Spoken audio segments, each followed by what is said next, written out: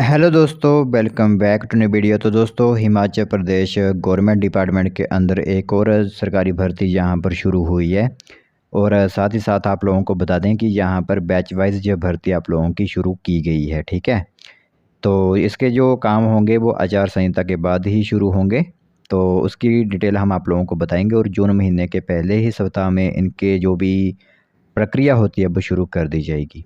तो मैं आप लोगों को यहाँ पर डिपार्टमेंट क्लियर करूँगा, साथ ही साथ टोटल वैकेंसी बताऊंगा, कितनी वैकेंसी आप लोगों के लिए यहाँ पर रहने वाली है, और उस मुताबिक आप लोगों को पूरी इन्फॉर्मेशन यहाँ पर सबमिट करवाई जाएगी। ठीक है, तो काफ़ी इंपॉर्टेंट इन्फॉर्मेशन जो रहेगी आप लोगों के लिए, क्योंकि गवर्नमेंट डिपार्टमेंट के अंदर अगर वैकेंसी फिलअप की जा रही है तो उसके बारे में जानकारी आप लोगों के पास उपलब्ध होना काफ़ी इंपॉर्टेंट रहता है। बाकी जून में और भी काफ़ी वैकेंसीज फिलअप होंगी, जो कि डिटेल आप लोगों को साथ ही साथ हम बताते जाएंगे। तो दोस्तों, देख सकते हो यहाँ पर आप लोगों को इन्फॉर्मेशन दिख रही है, और इसमें अगर मैं डिटेल बताऊँ आप लोगों को तो डिस्ट्रिक्ट वाइज वैकेंसी आप लोगों की यहाँ पर रहने वाली है। ठीक है, डिपार्टमेंट हमारा रहेगा एजुकेशन डिपार्टमेंट। वहाँ पर शारीरिक शिक्षा अध्यापकों की भर्ती की जा रही है। तो शारीरिक शिक्षा अध्यापकों के 355 पदों पर भर्ती शुरू 3 और 4 जून को यहाँ पर काउंसलिंग की जाएगी।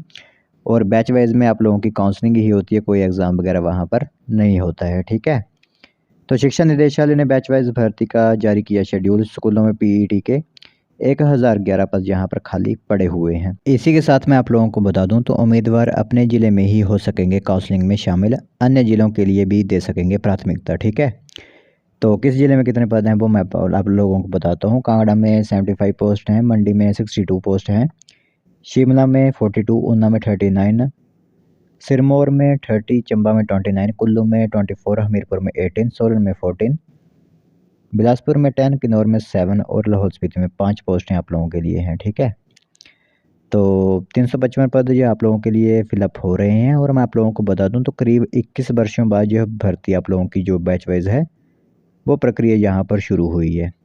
तो इसलिए उन्हें नौकरी मिलने की संभावना जो है वो दिखाई दे रही है।